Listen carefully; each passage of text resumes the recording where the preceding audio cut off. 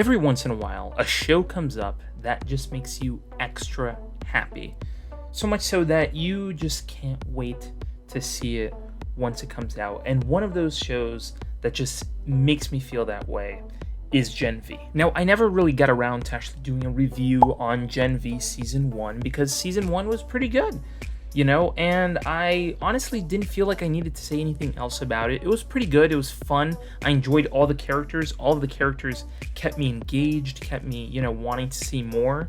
So ultimately, it succeeded in doing that. It succeeded in showing us who these characters were, what their objectives were, and ultimately having us kind of generate some sort of connection to them. And I think that the writers and directors who actually worked on this series did a fantastic job of actually making that happen. And then obviously we had The Boys Season 4, which ended up being essentially a great season. It literally set us up for what we're going to see in the future of the Boys universe. And I think it was a solid season. I think it was pretty good. I mean, I'm not going to say it was the best season of The Boys, but for sure it was a pretty good season.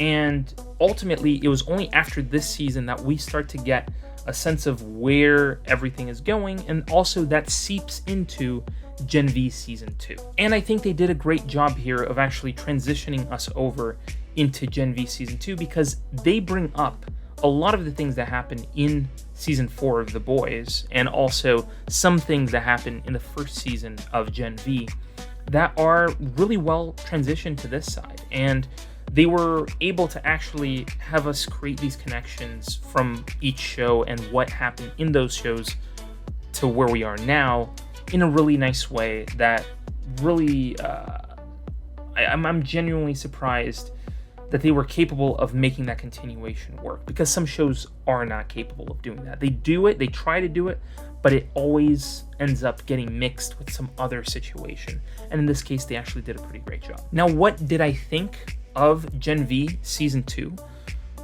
I think Gen V Season 2 was probably the best season of the Boys universe that I have seen in a while. And I'm saying that sort of like liberally because obviously we had, 3 other seasons of The Boys and that other season of Gen V. I think this is probably one of the best seasons that we got, because I think the main thing about these shows that actually have longer episodes and are episodes that are, hour-long episodes is that sometimes you have that 1 or 2 episodes that are just essentially filler episodes. And in this case, I think that the 45 to 50 minute mark of each episode this season actually worked to its advantage. And in this case, we have a really interesting arc that we are going on, where we're trying to figure out who Cypher is, what his true intentions are, and then later on we find out who he really is. I think all of that plays out really well in this show. We see all our characters go through hurdles on this show. It never in this show does it feel like everything is just coming super easy to our characters. Like, you definitely see there's some level of challenge that they have to overcome in order to, succeed in what they're trying to get through. And even though the premise of this season was fairly simple, the execution was absolutely great. Absolutely great. And it only built on top of everything that it had created in the first season. And on top of that, we have to also talk about how well the cinematography worked in this show. I think that this is a show that you could easily put in theaters and watch in theaters because the score works beautifully along with the cinematography. You get a nice soundtrack. You have songs in there that are really fun to listen to and actually fit within the plot line. And it's just so brilliantly directed. And the cinematography just oozes out of this show.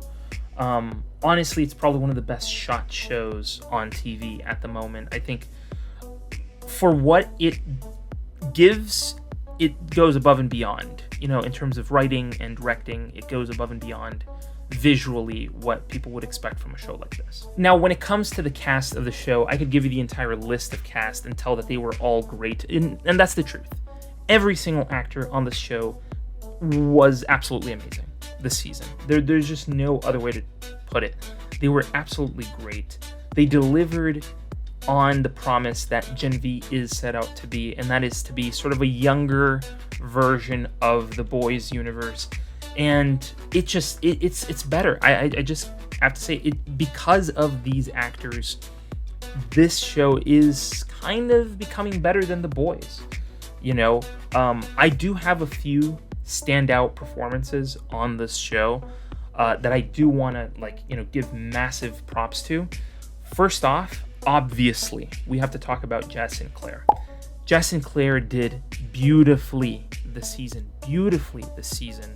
I think it was episode 3 where she does a dialogue, which almost feels like a monologue in a way, with her aunt on the show, and this monologue that she puts out is so impassioned, so powerful, that I'm almost certain that she could get an Emmy for that episode alone. I think Jess Sinclair has the capability of easily getting an Emmy just for the performance she put out on that show in that specific episode. Just massive props to her this season. She does a great job. There's a moment with her in the final episode that just really just hits me right in the chest, especially when it's the final battle, and she's looking down at Cypher, and that's because if you haven't watched the show, I don't want to spoil it for you, but she's staring down Cypher, and she calls back to a moment before where she's talking about those who are useless, and Cypher called a lot of these heroes useless, these people that go to Gen V useless.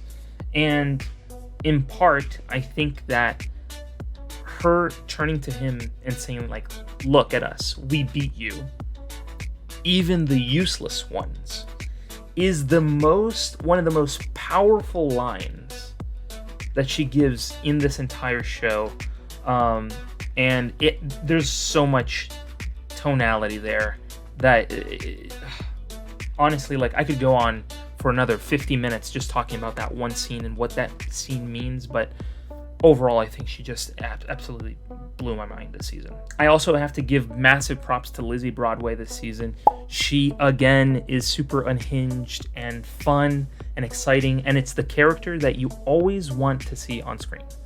Like, she is 100% the character that just makes everybody laugh no matter what, and I think she's great. She's absolutely great. Lizzie Broadway, absolutely love her character. I love Emma. I love it when she shrinks down and is like, Cricket.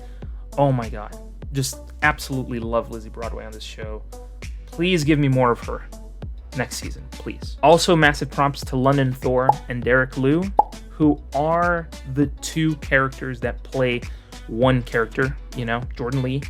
And I just love the pairing here. They're great actors. Again, they literally blew it out of the water this season. Once again, they have moments, when London is doing a scene and she's super powerful. Then Derek goes and does another scene where he takes over. It's a perfect balancing act between the two, and I think the writers and directors did another beautiful job portraying this character on screen, and it just, again, chef's kiss. And we have to talk about the elephant in the room here, and that's obviously the loss of Chance Prodromo.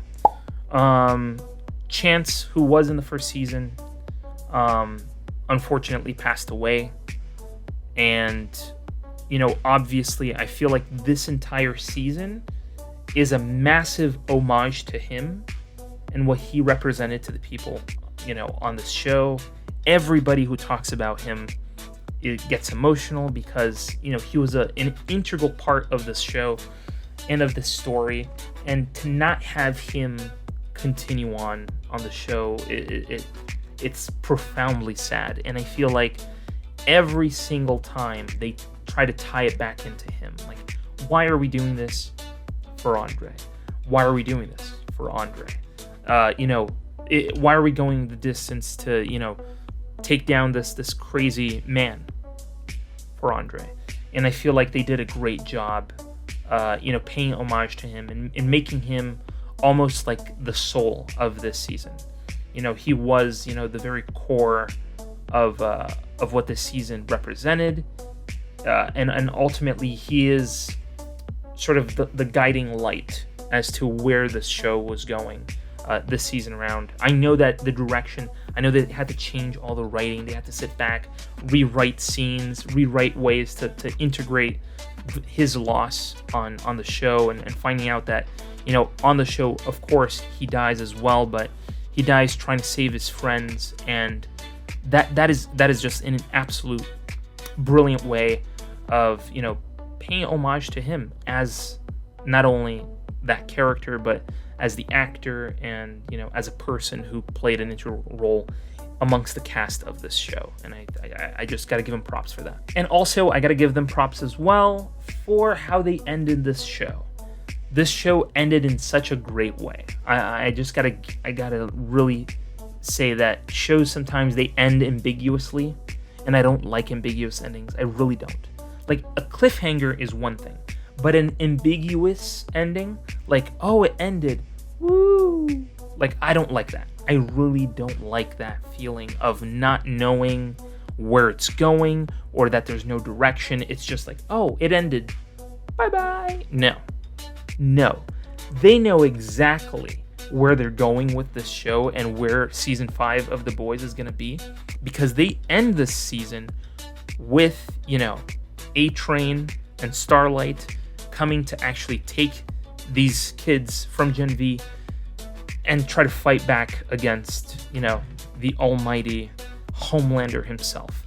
So I really do think that by knowing where the direction is going, by knowing where the focus of the show is, and how they wish to reach a conclusion of The Boys, in the 5th season, which is going to officially end the show. I mean, there's no other way to put it. That's how they're going to end the show.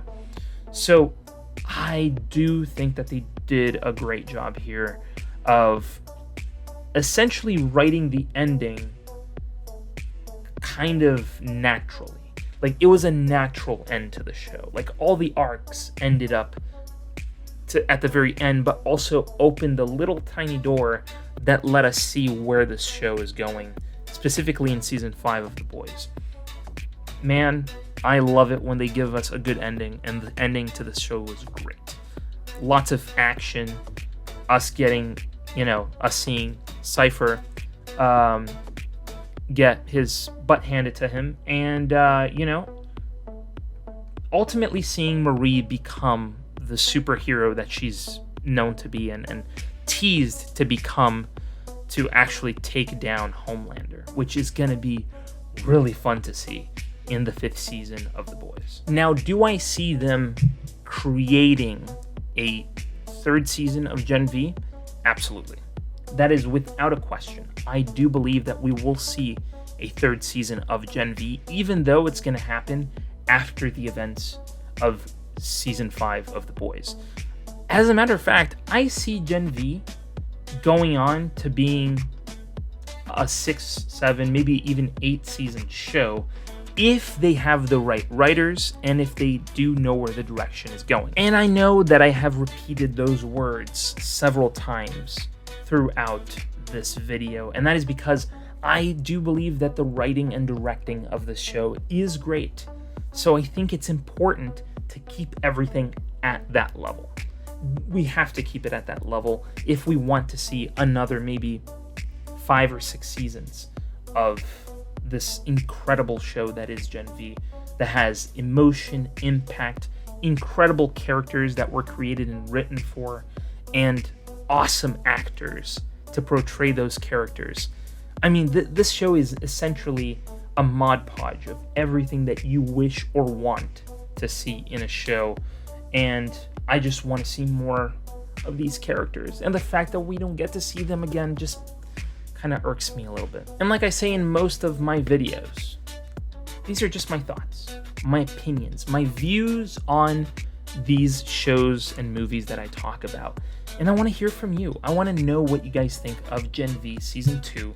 Do you think it was that great of a season? Did you not like Gen V Season 2? Do you want to see more Gen V in the future, or do you think that they should end it after maybe 2 or 3 seasons? I don't know. I want to hear what your thoughts are down in the comments below.